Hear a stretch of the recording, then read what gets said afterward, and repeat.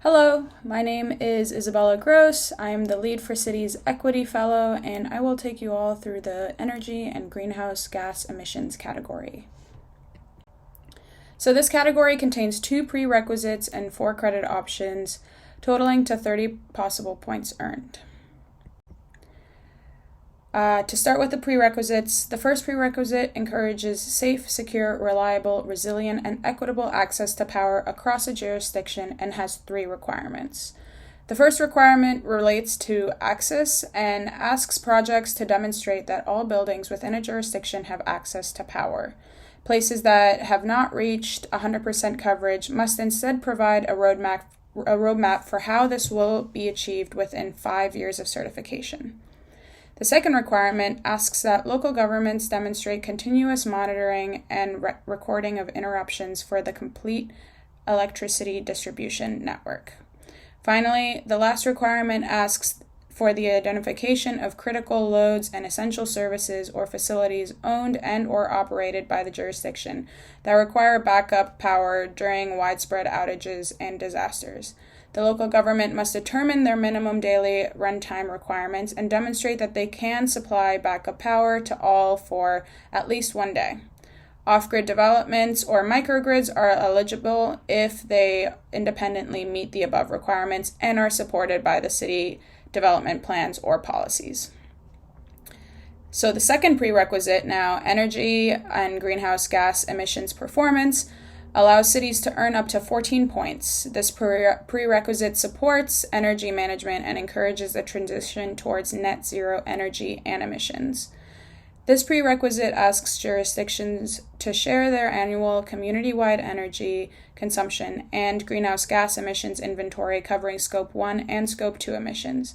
This inventory should show measurements for 1 whole calendar year within the past 5 years. Points in this prerequisite are generated from the performance score calculated in ARC associated with the jurisdiction's greenhouse gas emissions per capita. ARC scores are calculated based on performance relative to peers. A minimum performance score of 40 is required, and any score above that will result in points earned towards your final certification score. Now moving on to the first credit, energy efficiency. This credit has a total of 4 points and 5 options to earn these points. So option 1, energy audit and energy conservation, allows local governments to earn points by attempting 1 or more of 3 requirements. First, providing building performance or energy consumption data for city-owned and operated buildings can earn you 1 point. Second, submitting an energy audit identifying city-owned buildings in the top 25% tier of energy consumption can earn you 1 point. And third, demonstrating a reduction in energy use in all city-owned and operated buildings can earn you up to 3 points, and 1 point is available if this can also be shown in privately owned buildings. This is all option 1 of the first credit in this category. Option 2, street lighting and public area lighting, requires local governments to provide efficient street and public area lighting defined as lamps with a luminous efficacy of 100 lumens per watt. 1 point is earned when 35% of lighting in a jurisdiction meets this requirement, and 2 points are earned for 70%.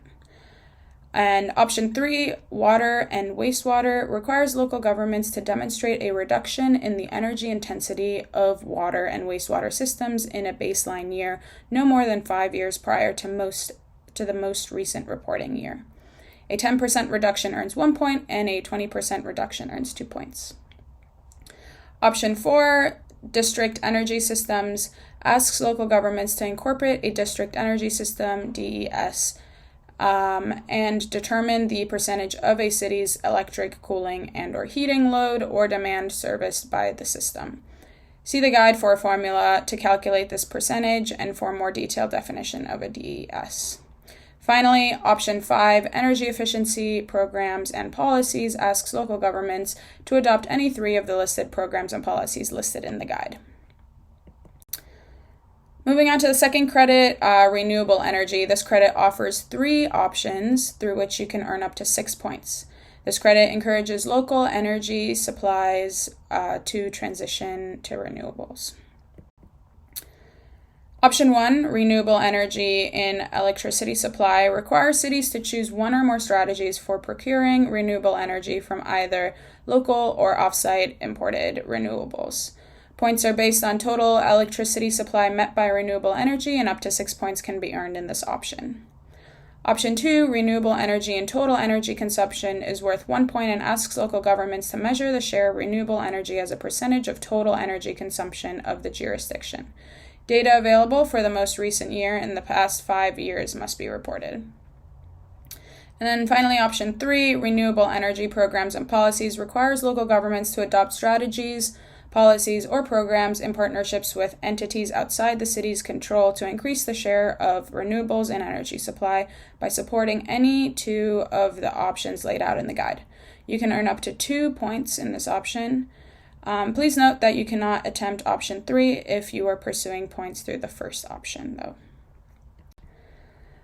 The third credit is net zero carbon and climate action and has up to 4 points available. This credit intends to advance progress towards carbon neutrality by decoupling economic growth from greenhouse gas emissions and to adapt to a changing climate through mitigation and adaptation efforts. 3 points can be pursued. The first option, citywide carbon neutrality accountability, asks local governments to demonstrate incremental progress towards achieving net zero citywide greenhouse gas emissions by 2050, in line with global efforts to limit warming to 1.5 degrees Celsius. Option 2, climate action plan, requires local governments to adopt a climate action plan based on science-based targets and designed to accelerate reduction of greenhouse gas emissions throughout the city. This plan must meet a list of requirements laid out in the guide. And finally, option 3, reduction in carbon intensity, asks cities to demonstrate a reduction in carbon intensity from a baseline year no more than 5 years prior to the most recent reporting year. Carbon intensity is measured as the total greenhouse gas emission divided by the total GDP of a jurisdiction. More details about how to conduct the calculation can be found in the guide. The fourth and final credit of the energy category is grid harmonization. There are 3 options to pursue, and up to 2 points can be earned. This credit intends to improve operational efficiency of the energy system and encourage consumer participation in energy use optimization.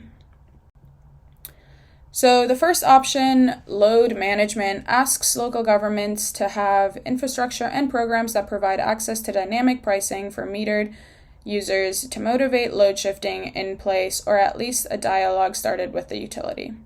More information on what this can look like can be found in the guide.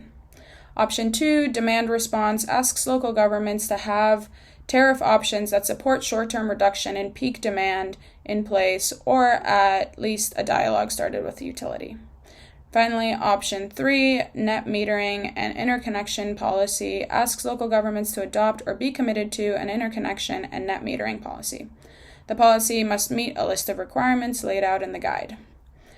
That concludes the energy and greenhouse gas emissions category. Hope this was helpful, and thanks for listening. To learn more, feel free to reach out to cities@usgbc.org.